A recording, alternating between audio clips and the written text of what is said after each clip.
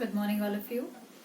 I hope all of you are fine at home, and also all of you are devoting time to studies and watching all these videos and just learning, continuing your studies. You're not out of touch with your studies, and please watch them regularly. We come back to English. English 1. We were on this chapter, simple, compound and complex sentences. But before this, please come back here. You had asked about the answers of these exercises. So let us just hurriedly discuss these. Exercise B, as I had told you, here you will have your own different answers. Every one of you will have a different answer. So I have written the answers here. Please go through them and match your answers. You had to fill in either a compound subject here or a compound predicate here. First one, dash are playing in the field. The boys and the girls are playing in the field. Second, dash have gone home for lunch. The manager and the employees have gone home for lunch. Third, the seagulls on the beach dash. The seagulls on the beach not only fly high up in the sky but also come down to catch their prey. P-R-E-Y, prey. Fourth one, dash are both going to Bhutan for a holiday. My uncle and aunt are both going to Bhutan for a holiday. The Pathaks and the Singhs dash. The Pathaks and the Singhs go for a morning walk daily. Sixth one, would dash like to dash. Would you and your friend like to participate in quiz? This is interrogative. And you can do it in other way also, because the blanks are such that you can either fill a compound subject here or you can fill it with a compound predicate here, both ways. So first of all, I have written the answer this way. Then another way of doing it, would you like to sing and dance? And question mark here, as this is interrogative. Next one, seventh, dash want to go on a cycling trip. The teachers and the students want to go on a cycling trip. Eighth one, all the animals in the sanctuary dash. All the animals in the sanctuary eat as well as rest in the afternoon. Okay, so these are the answers that I have written. If you were not able to fill any of the sentence, you can just see the answer here. Now come to exercise C. You had to change the sentences as instructed without changing the meaning. I think first 5 we had discussed. Now we come on to the sixth one. The children in the slum are pitiful. Change to exclamatory sentence. How pitiful the children in the slum are. And after that you will put an exclamation mark. Seventh, I'm sure Anna will be able to make it to practice today.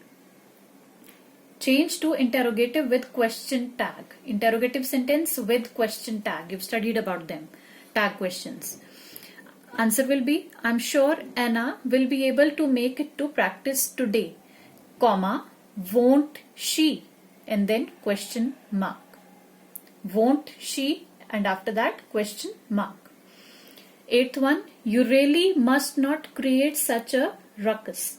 Change to imperative sentence. You really must not. Okay, ruckus means a kind of a noise or disturbance. Disturbance due to noise. So that is the meaning. Do not create a ruckus. Do not create a ruckus. Ninth one, when Ratan's mother passed away, he was inconsolable. Change to negative sentence. When Ratan's mother passed away, he could not be consolable. He could not be consolable. 10th one, can't you tell them to go away? Change to affirmative. affirmative sentence. Affirmative means a positive sentence.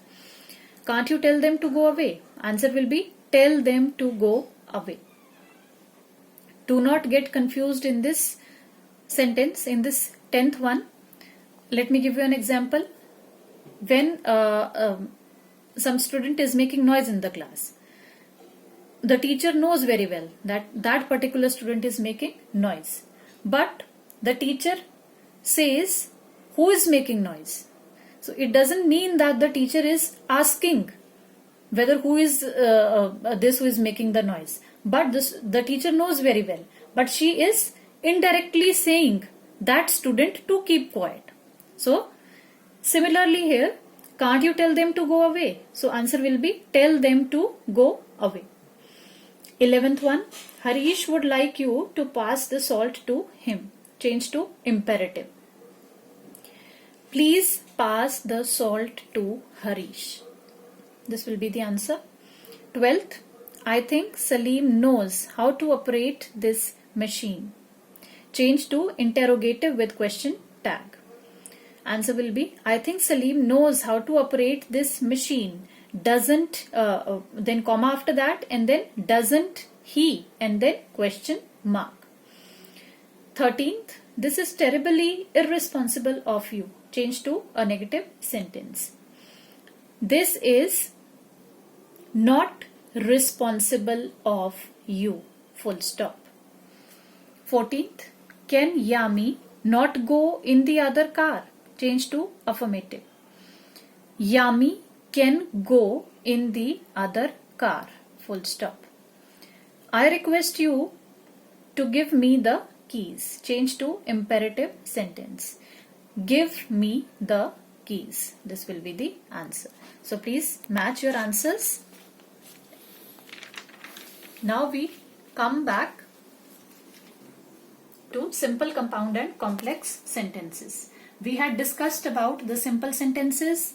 We had also discussed about the compound sentences. Now we come on to the third type, that is complex sentences. Just once again to remind you about the clauses. Main clause, that is principal clause and subordinate clause. And also coordinate clause. That I had cleared in the previous video.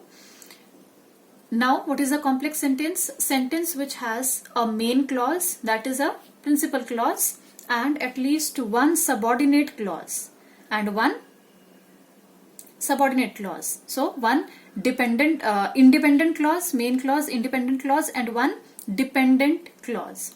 Such a sentence is known as a complex sentence. Subordinate clause can be noun clause, adjective clause, or adverb clause. So this is the types of this subordinate clause which you will be studying in detail in the coming chapters. So here the subordinate clause can be either of these three types.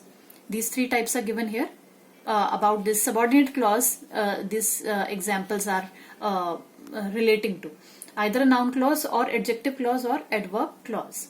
The teacher replied that the students weren't prepared. So that the students weren't prepared is your clause. The teacher spoke to the students who weren't prepared. So again, adjective clause, the teacher scolded the students as they weren't prepared. Again, so three different examples they have given for noun clause, adjective clause and adverb clause.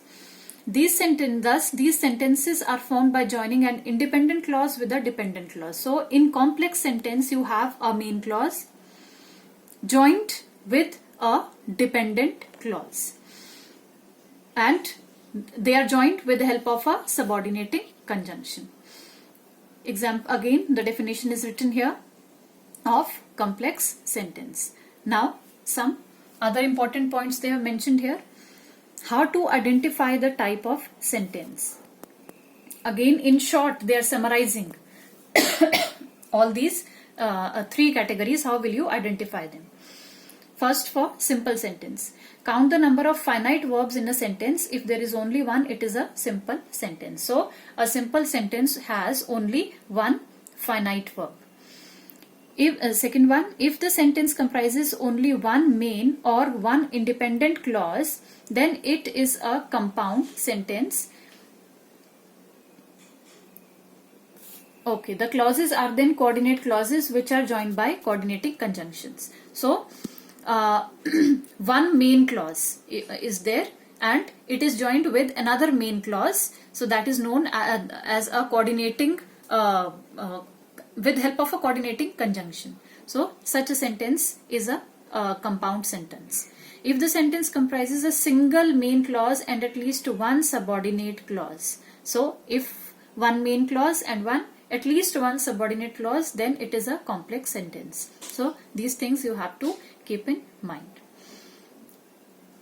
Again, same thing they have given here in form of a table. Simple sentence has one clause and that is a main clause. Just one clause and that is a main clause, principal clause. Compound sentence has one or more than one main clauses, more than one, not one, but more than one clauses, and that is a coordinate clause. That is two main clauses joined together. So that is a coordinate clause in compound sentence. Third one, complex, more than one clauses, and that is a main clause and a subordinate clause joined with the conjunction. So these were the three different types of sentences according to their structure. Now we have this exercise here. Please do not follow what I have written here. Just try to solve them. Let us see the first one. What goes up comes down. So what you have to do is you have to see the finite verbs. You have to see how many, you have to follow these rules. How many clauses are there? Is it a main clause joined with a main clause or main clause joined with a this subordinate clause? According to that, you have to identify them. We will be discussing it in the coming, in the next lecture. Also, these notes will be provided to you separately. The answers will be provided to you separately in form of notes. For the benefit of those who are not having the book. So we hold on here today and we will take up the next chapter in the next class. Also, one more thing is to be clarified, and that is, this is the old edition. Right now the book that I am having, this is the old edition, and now the revised edition that has come up and that is available online. In that book, the chapters have been shuffled. The chapters are not in this same sequence in the revised edition, and when you come back to school, you will be having the new book with you. So the chapters are shuffled. First chapter is subject and predicate, which is the same here that we have done. Second chapter in that book is your pronouns. That is the second chapter here, and after this we will be taking this chapter and this simple, compound and complex sentences that we did now. This is your 11th chapter according to the revised edition. But that is a part of your first term examination. So it will be, so we have completed that. It is a part of that. And now we will be taking up the chapters according to the revised edition in the sequence as they are given in the revised edition. So our next chapter will be pronouns, chapter number 2. Okay, this much for today. Thank you.